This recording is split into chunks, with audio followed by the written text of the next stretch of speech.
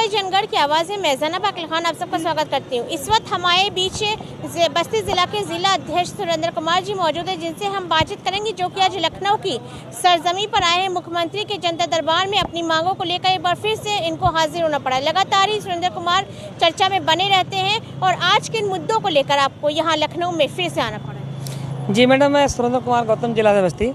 सबसे पहले मैं आपके चैनल के प्रणाम करता हूँ कि आपके चैनल के माध्यम से हम चौकीदारों भाइयों का जो मुद्दा उठाते रहते हैं बराबर, आपको धन्यवाद।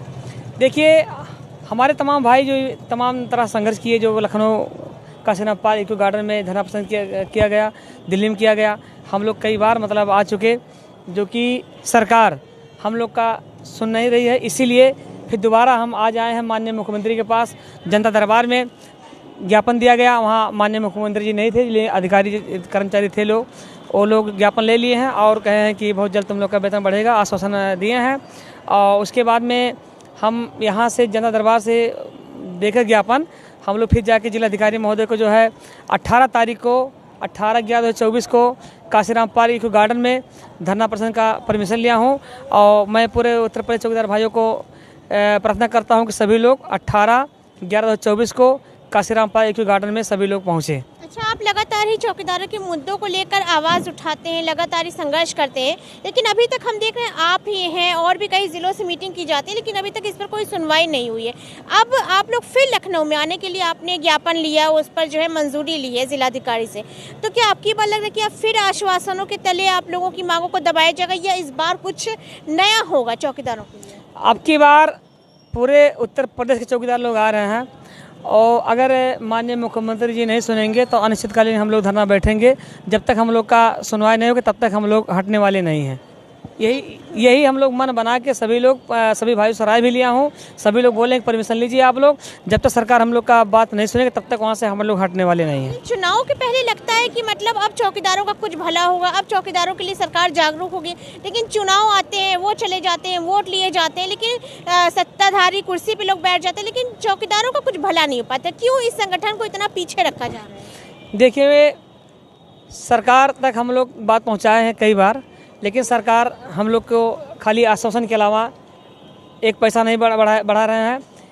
इसी को लेकर हम लोग फिर आ रहे हैं। अगर माननीय मुख्यमंत्री जी हम लोग को सुनेंगे तो हम लोग आगामी चुनाव में इनका हम लोग सुनेंगे। अगर हम लोग का नहीं सुनेंगे तो फिर अगले चुनाव हमें इनका हम लोग विरोध करेंगे, क्योंकि 70 चौकीदार हैं, 7-8 लाख वोट हम लोग के पास, नात बात गाँव को मिला के 7-8 लाख वोट हम लोग के पास है, और हम लोग समर्थन नहीं करेंगे। तो हमारा यही निवेदन है मुख्यमंत्री जी से, अगर हम लोग चौकीदार भाइयों को उन लोग खुद सोचना चाहिए कि 2500 में गुजारा नहीं होने वाला है। आप देखिए कितना महंगाई है, साग सब्जी या पढ़ाई लिखाई या कुछ नहीं चलने वाला है। हमें अगर हम लोग का वेतन अगर बढ़ जाता तो हम लोग क्यों यहाँ दोबारा आते। अभी हम लोग उम्मीद यही है कि हो सकता है दीपावली तक कुछ तोहफा अगर दे देंगे, हम लोग का कुछ वेतन बढ़ा देंगे माननीय मुख्यमंत्री जी, तो हम लोग को आने की आवश्यकता नहीं है। अगर वेतन नहीं बढ़ाया जाएगा तो हम लोग 18 तारीख को विशाल धरना प्रदर्शन किया जाएगा लखनऊ में। देखिए, लगभग 70,000 चौकीदार हैं और देखा जाए तो इनके 7 से 8 लाख वोट हैं। देखा जाए तो आज लमसम अगर देखा जाए तो एक दिन का खर्चा 300 से 400 आराम से आ जाता होगा। अब आप इससे एक एजम्पशन लगा सकते हैं कि महीने का 2500 जो कमाते हैं वो भला उनके घर का खर्च कैसे चलता होगा। तो अब जिलाध्यक्ष सुरेंद्र कुमार जी हमारे साथ मौजूद थे, जिनसे हमने तमाम मुद्दों पर चर्चा किया। और अब जिस तरीके से चुनाव आते हैं और चले जाते हैं, लेकिन चौकीदार संगठन के बारे में कुछ भी सरकार नहीं सोचती, उनका कोई भी भला नहीं होता है।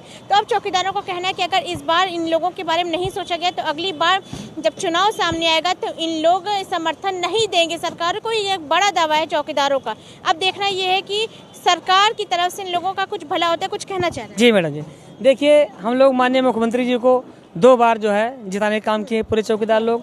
प्रधानमंत्री मोदी जी को 2 बार कुर्सी बैठाने का काम किए, और प्रधानमंत्री भी हम लोग को आश्वासन दिए थे कि मैं भी चौकीदार हूं, तो हम लोग को बहुत खुशी हुआ था। और यही उम्मीद था कि अगर चौकीदार प्रधानमंत्री जी कह रहे हैं तो हम लोग का भी वेतन बढ़ाएंगे। जबकि हम लोग दिल्ली भी गए थे पिछले साल, लेकिन हम लोग खाली आश्वासन के अलावा कुछ हो नहीं रहा है।